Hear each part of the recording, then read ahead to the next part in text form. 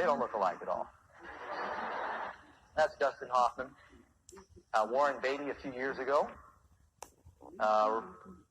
Roger Moore, I think, one of the James Bonds. This is one of the last pictures of Mom. Mom contracted cancer when she was 57 while Karen and I were doing meetings in Russia. And when we came home, she was in a coma. She died very quickly. Very talented lady. But one thing we learned is that people in show business were not happy. This was one of the obituaries. They printed it around the country.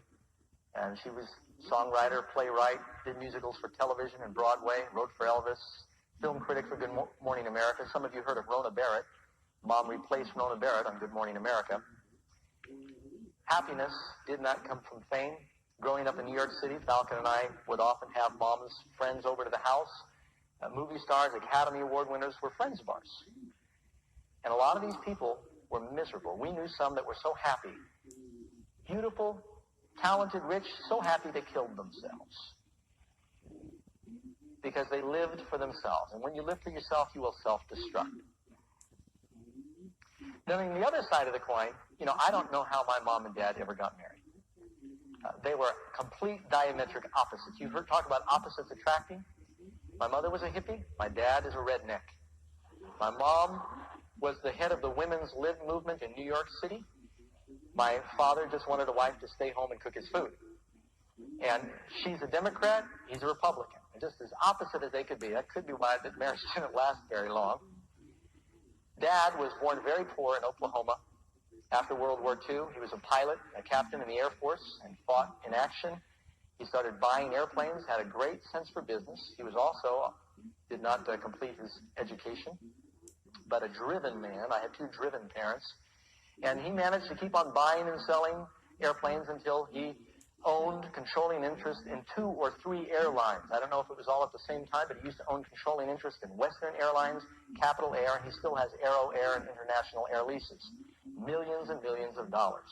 And just to illustrate that, this is my dad with his third wife, Betty, a lovely lady. She was my stepmother for about 30 years.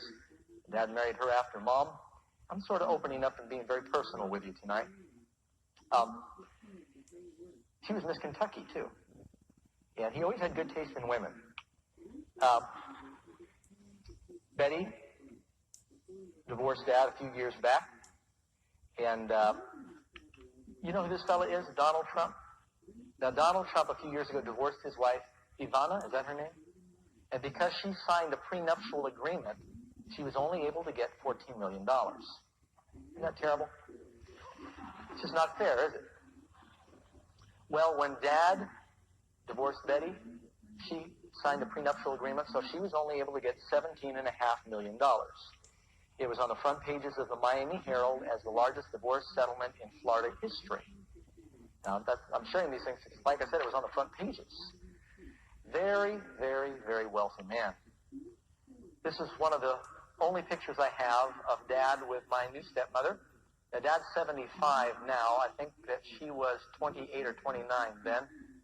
That's my brother Falcon on the far right, and his wife Sandy, who's an attorney. This is Miami Herald, the front page of the business section. At 71, aviation pioneer George Bachelor isn't ready to descend.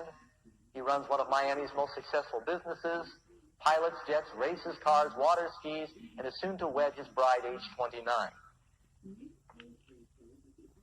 Another article, at 71, Bachelor going on 16, and he's standing in front of one of the Aero Air jets.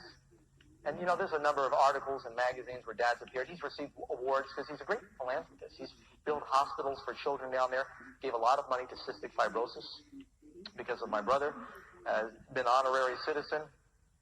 Lots and lots of money. Races cars. Matter of fact, the day he married his fourth wife, the day before, he drove a race car, went water skiing, then he got married to a 29-year-old. I'll tell you, it was quite a wedding, too. During the service, his alarm went off on his watch and to remind him to take his heart medication.